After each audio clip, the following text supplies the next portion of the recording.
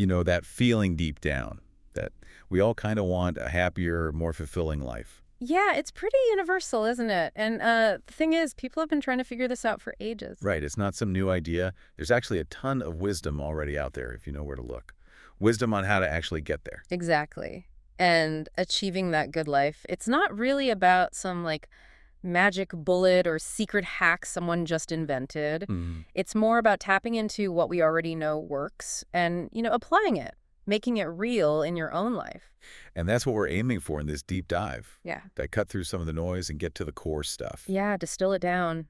We've been looking at Bertrand Russell's book, The Conquest of Happiness. Which is amazing because it was written, what, almost a century ago? Mm-hmm. But it feels so relevant. Totally. So we're going to explore some of the big obstacles to happiness he saw and also the things he thought really contributed to it. Things that build a more satisfying life. And what I love about Russell's take is how much common sense it involves. Right. It's not overly complicated. No. Once your basic needs are met, food, shelter, the fundamentals, he argues that getting happier isn't about some complex system. It's more about understanding a few key ideas and being intentional. Okay, so let's dig in. The first obstacle he tackles is competition. Yeah, competition. And look, a bit of competitive spirit isn't automatically bad, right? No, not necessarily. That drive to, do well, maybe even better than others, it has evolutionary roots. For our ancestors, being seen as capable, as successful. That help with survival, finding mates, passing on genes, makes sense. But Russell points out that in our modern world, especially maybe in Western cultures, this drive gets dialed way, way up. Yeah, it's like we're conditioned from day one that success means being number one, having the most, winning all the time. That's the ultimate goal. Exactly. We get soaked in these messages linking external success, the job title, the money, the status, to our actual worth as people. And while okay, some drive is good, you need some ambition for a decent life. This relentless race to stay ahead, it causes problems. Oh, definitely. The stress, the constant anxiety. And how it can mess with your relationships. With family, friends, even colleagues. Always comparing, always feeling you have to one-up them. It's exhausting. You're constantly looking over your shoulder, feeling inadequate or maybe even resentful. So how do we get off that hamster wheel? Well, the big shift Russell talks about is moving your focus away from those external benchmarks, the praise, the rankings, what other people think. And towards what?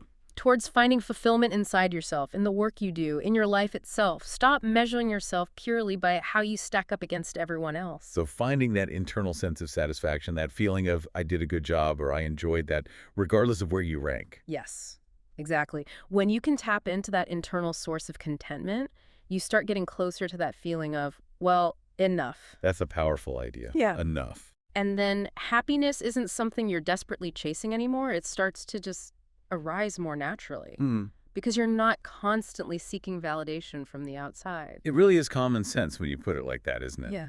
Sometimes striving less competitively can actually lead to more happiness. It really can. Okay, so the next big hurdle Russell brings up is fatigue. Oh, yeah.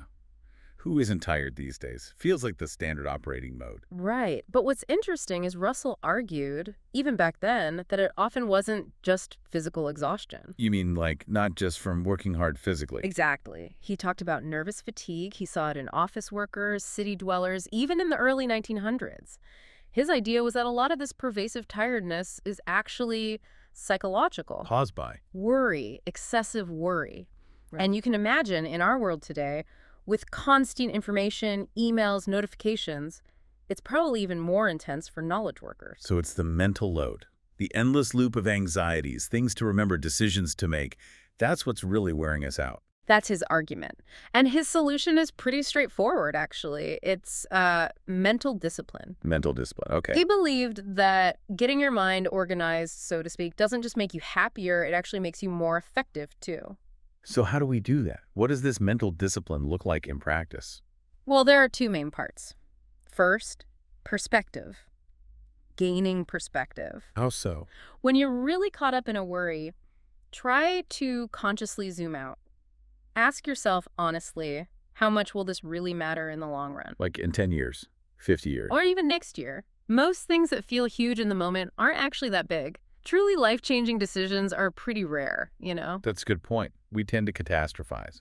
So perspective is one part. What's the other? Setting aside dedicated time to actually think through problems. Okay. So if something's bothering you, carve out a specific block of time. Say, okay, for the next hour, I'm going to gather the info I need, weigh the options, and make a decision. And the key is making the decision. Yeah. Within that time. Yes. And then, crucially, let it rest. Don't keep endlessly chewing on it. Even if you might have to revisit it later, if things change. Even then. Because the constant churning, the indecision, the second guessing, that's what drains your mental energy. Making a decision, even if it's not perfect or might need adjusting, brings a certain finality that frees you up. It stops the worry spiral. Exactly. You focus your energy productively when it's needed, instead of letting anxiety run rampant all the time. So it definitely takes effort building that discipline. Yeah. But the payoff and energy and just, well, feeling better seems huge. It really is. Okay, so moving on from the things that block happiness, let's talk about things that actively build it. Russell starts with something he calls zest. Zest. I like the sound of that.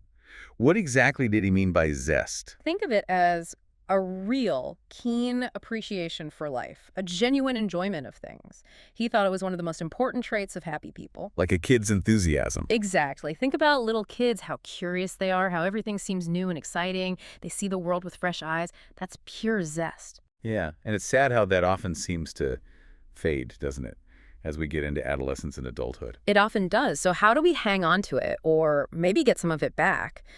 Russell's advice is surprisingly simple. What is it? Collect hobbies. Collect hobbies. Like stamps. Haha, well, maybe. But his point is more mathematical, almost. The more things you're genuinely interested in. The more chances you have to feel good. Exactly. The more opportunities you have for appreciation, for enjoyment, and, yeah, for happiness. That makes a lot of sense, actually. More avenues for joy. He gave a really simple example. If you like the color red and someone else doesn't care about it, you just have more potential moments of pleasure in your day whenever you see something red. It adds up. And if you have several interests and maybe one isn't available for a while, say you can't play your favorite sport because of an injury. You still have other things, other sources of satisfaction and engagement. It builds resilience. So maybe a good question for you listening is, how many active hobbies do you really have right now?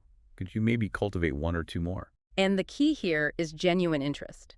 This isn't about adding another should to your list, like I should learn pottery because it's good for me. Right. It has to come from real curiosity. Yeah. Follow what actually sparks something in you. Explore things. Be open to trying stuff out, and also open to dropping it if it doesn't stick. Let your passions guide you. The goal isn't to be productive. It's to rediscover that sort of childlike wonder and engagement. Precisely. Getting older doesn't mean you have to trade zest for seriousness. Nurturing it is actually key. Okay, zest is one building block. What else? Another really important one is what Russell termed breadth of the heart. Breadth of the heart sounds like generosity. It is. Specifically, generosity with affection, with friendliness, being warm towards others. You know, it's funny. You often notice that people who don't seem to demand love or respect often get tons of it. That's a great observation. And Russell's explanation is that those people usually start by giving affection. They put it out there first. And it gets reciprocated. Creates a positive cycle. Often, yes. So the practical takeaway for us is maybe consciously try to give affection in its various forms a bit more often. That can feel vulnerable, though, can it? Putting yourself out there like that. It absolutely can, which is why Russell said something really powerful. Of all forms of caution, caution in love is perhaps the most fatal to true happiness. Wow. That's quite a statement. It is. But he also suggests you don't have to dive into the deep end immediately. You can start broader. Broader how? By cultivating a warm feeling towards animals, towards nature, towards life itself even. And how does feeling affectionate towards, say, a sunset help with happiness? There's kind of security that comes from feeling like the universe or just the world around you is fundamentally okay, even friendly. It builds this inner confidence. It makes you feel safer, maybe. Less defensive. Something like that. And then when you do extend that warmth towards people, maybe start small. Just a feeling of basic kinship, recognizing our shared humanity. Not forcing it, but just being open. Exactly. Genuine care tends to grow with practice. It's much better than trying to fake it, which usually falls flat anyway. So it's almost like returning to that default childhood setting where you just assume the world is interesting and people are generally okay. And Russell suggests that, surprisingly often, that assumption turns out to be pretty accurate. Okay, so the final piece he talks about might seem a little different after zest and affection. It's moderation. Moderation, like the golden mean. Exactly. The golden mean, finding balance. But didn't we just talk about having more interest and giving more affection? How does moderation fit in? Ah, good point.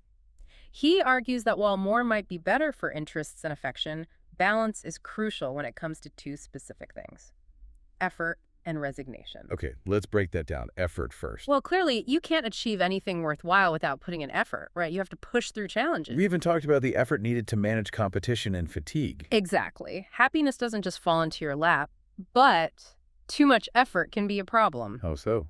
especially when you're pushing against things you really can't control. But even when striving for goals that are controllable, if the effort is costing you your peace of mind, if it's making you miserable, Then maybe it's too much. Time to dial it back. or maybe even accept that outcome isn't going to happen right now. Accepting fate, in a way. Knowing when to stop pushing so hard. Okay, so finding the right level of effort. What about the other side, resignation? Russell makes a really important distinction here. There's what you might call despairing resignation. Which sounds bad. It is.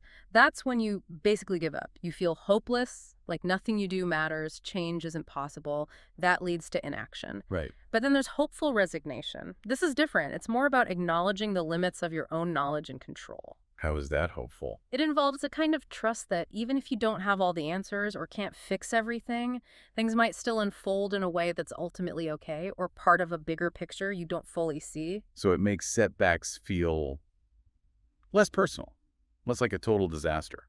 Exactly. It takes some of the sting out because you accept you're not omnipotent.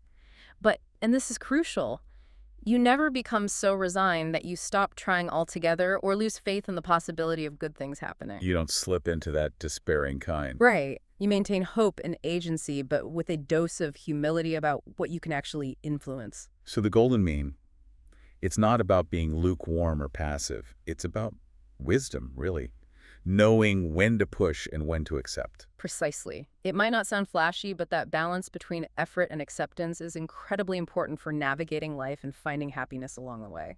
So wrapping this up, it feels like this deep dive into Russell really underscores that this search for happiness, for a good life, it's just fundamentally human, isn't it? Absolutely. It's something people have grappled with forever. And what's striking is how these core themes keep popping up. Yeah, the obstacles like getting trapped in competition or drained by worry, they seem timeless.